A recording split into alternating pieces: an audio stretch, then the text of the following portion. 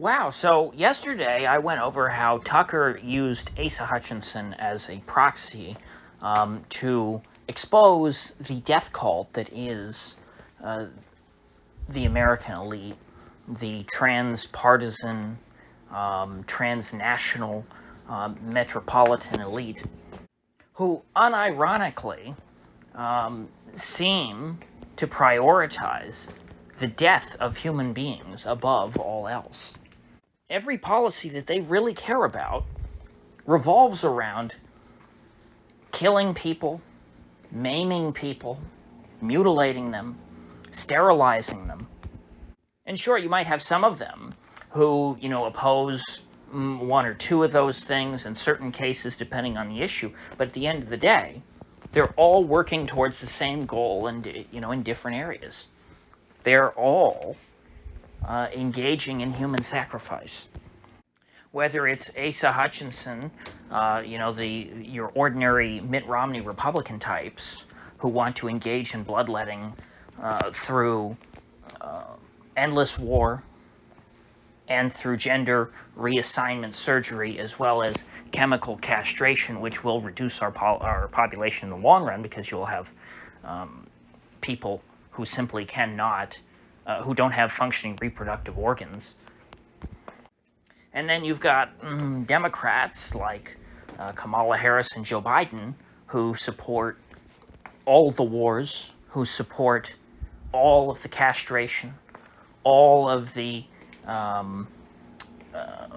hysterectomies, all of the doping, and of course all of the abortion. All of the abortion up to birth and after birth, post-birth abortions we're hearing about.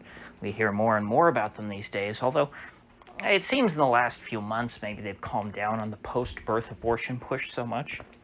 And I don't want to get off on a tangent, but I think that that's probably related to the Roe v. Wade stuff, because they are pushed a little bit back on their heels by that. Of course, Roe v. Wade can't end abortion, but I think that they're laying off the push to expand abortion because they're trying to show how unreasonable the Republicans are for wanting to restrict it.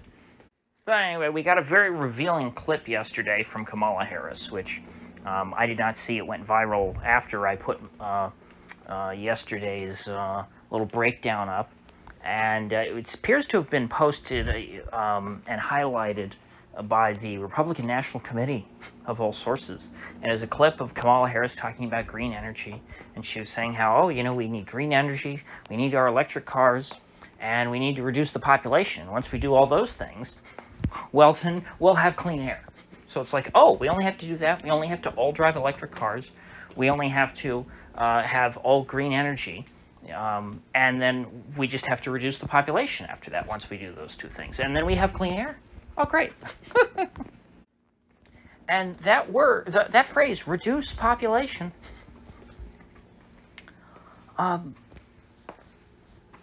mean so many different things.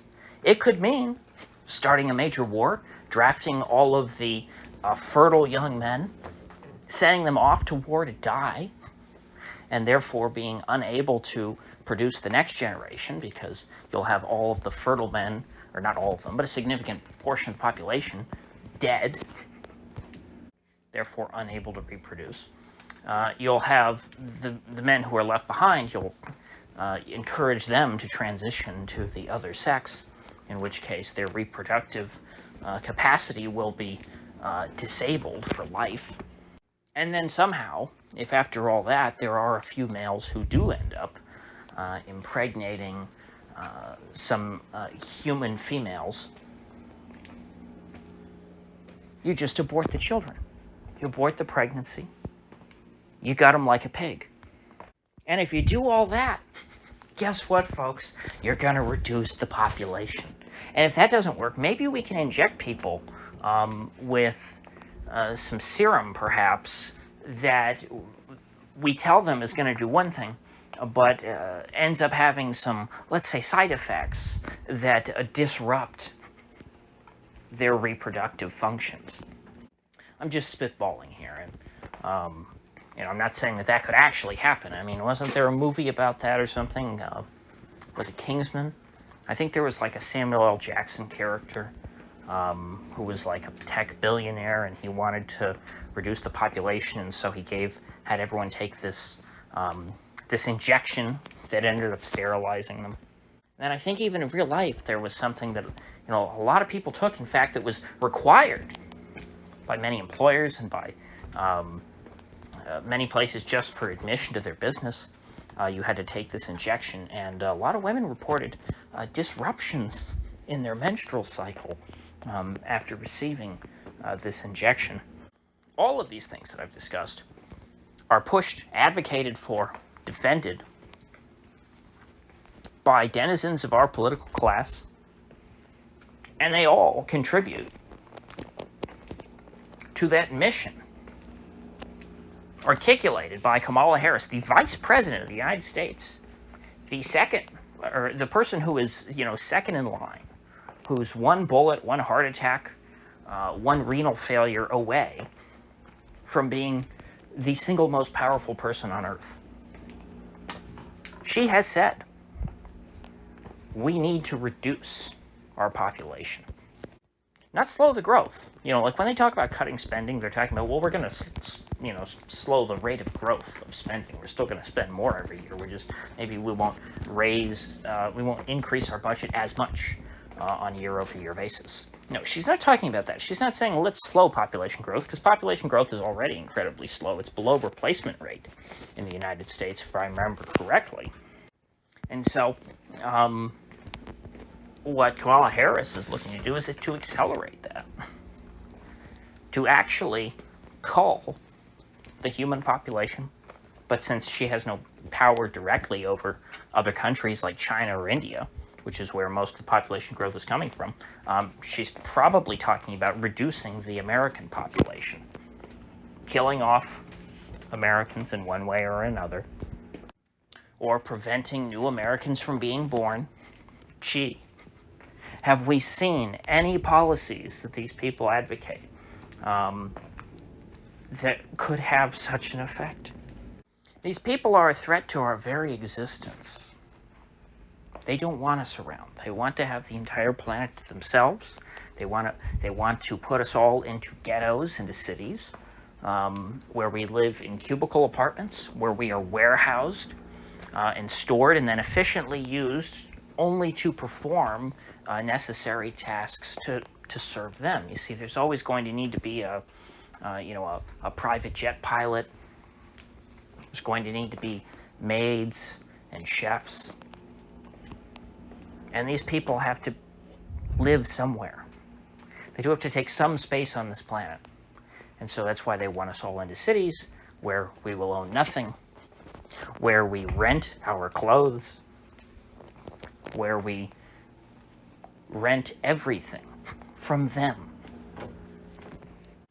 But in this brave new world, where there's only a need for a servant class and a master class, you don't need as many people. We have AI, we have automation coming. There won't be any need for innovation. And it's nice to hear some of these folks just come right out and say it, because they will articulate these policies, they will advocate for them, but they will never couch them in terms of, oh, this is meant to reduce the population. No one is talking about how the Ukrainian population is being reduced right now, how their current generation of military-aged males, the age in which men start families, are just being completely erased from history, and how that society is not going to recover. Once the war ends, they simply will not be able to support their population.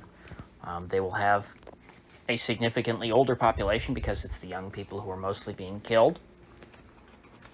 And once the old people die off, they will not be replaced by nearly as many new young people, because there will not be nearly as many children born as there otherwise would have been.